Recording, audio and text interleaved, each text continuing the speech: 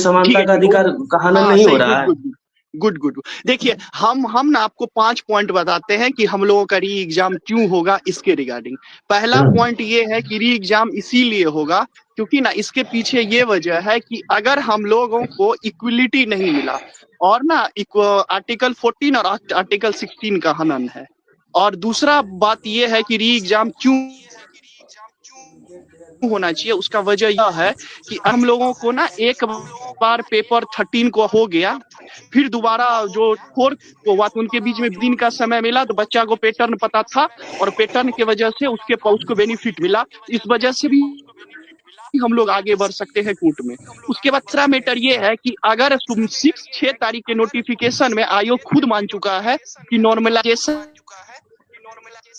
नहीं करेंगे और ऑलरेडी एफएक्यू स्केलिंग में एकरूपता का पद्धति हम नहीं अपनाएंगे तो सुनिए यहाँ ना पे भी भैया, आयोग ये जनता है। सारे तीसरा लोग का टर्म ये पता है है, कि सुनिए ना। आयोग ने खुद 18 तारीख को माना है। चंद्रचूड़ सीजीआई मूक पूर्व सीजीआई चंद्रचूड़ ने बोला गया था, प्लीज नीट का बोलने जब दो ना एग्जाम का सुप्रीम कोर्ट में गया था तो इस बात यार, को बोला बोलने गया दो था ना। कि एक मिनट एक जजमेंट मिनट एक मिनट एक उसका मिनट सुने एक उसका मिनट पढ़े हो क्या?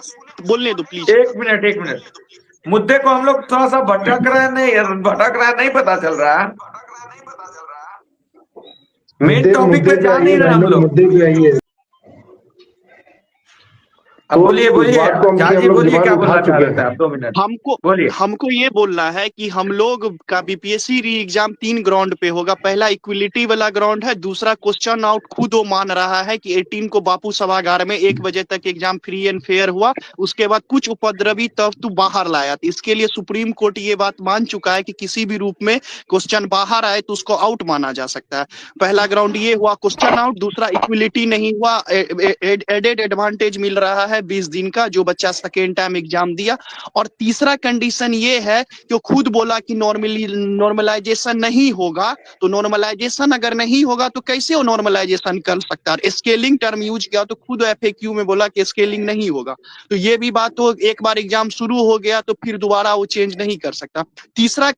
चौथा कंडीशन ये है कि री एग्जाम होने का चौथा कंडीशन ये है कि ना मतलब अगर आप बोल रहे हैं कि जो प्रूव दो तो मीडिया के सामने बच्चे ने 28 सेंटर के बारे में बताया जो प्रूवेन है और बहुत सारा ऐसा सेंटर पे एलिगेशन है, तो क्यों ने पब्लिक के सामने आके उसको डिफेम किया या बोला कि ये गलत है, ये देख लीजिए सीसीटीवी, ये देख लीजिए। तो चौथा कंडीशन मीडिया के सामने। पांचवा कंडीशन कि गवर्नर के पास भी मैटर गया है, तो गवर्नर 315 आर्टिकल के अकॉर्डिंग क्या कर सकता है कि ना उस यूपीएससी को बोल सकता है कि आप खुद एग्जाम कंडक्ट करवाइए या इस पे देखिए। तो ये बात चौथा। एक पब्लिक प्रेशर नाम का भी प्रेशर ग्रुप भी होता है। इतना प्रोटेस्ट कर रहे हैं हम लोग और डेमोक्रेसी के लिए सड़क पे आ रहे हैं, हर चीज कर रहे हैं, उसमें कहीं ना कहीं मिसलीडिंग हो रहा है। और साथ में प्राइवेट कोचिंग के संस्थान से बहुत सारा क्वेश्चन मिलना और उसी में प्राइवेट कोचिंग संस्थान के द्वारा टेस्ट सीरीज लेना और उसका सीसीटीवी का कंट्रोल बीपीएससी के पास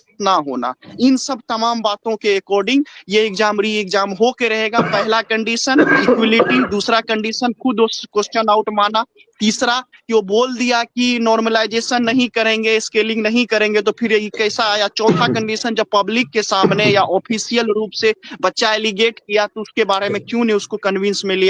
और पांचवा कंडीशन ये है कि एक प्रेशर ग्रुप होता है, ये पॉलिटी में हम लोग पढ़ते हैं, पता नहीं यहाँ तो डेमोक्रेसी का कुछ डिफिनेशन दिख नहीं रहा है, बट हम लोग पढ़े हैं कि प्रेशर ग्रुप यानी कि हम लोग पॉलिटिकल हो, सड़क पे हो, सत्याग्रह हो, तो इन सब भावनाओं को देखते हुए हम लोगों का री एग्जाम 100% होगा। और हम लोग चाहते हैं कि इसके लिए पीआईएल करे, मल्टीपल पीआईएल करे री ताकि एग्जाम क्लब निश्चित होके। है, री एग्जाम री तो एग्जाम होना ही है, निश्चित है, लेकिन होना ही मेरा है, क्या सवाल इसका ये 5 है, ग्राउंड। देखिए अब आज निष्कर्ष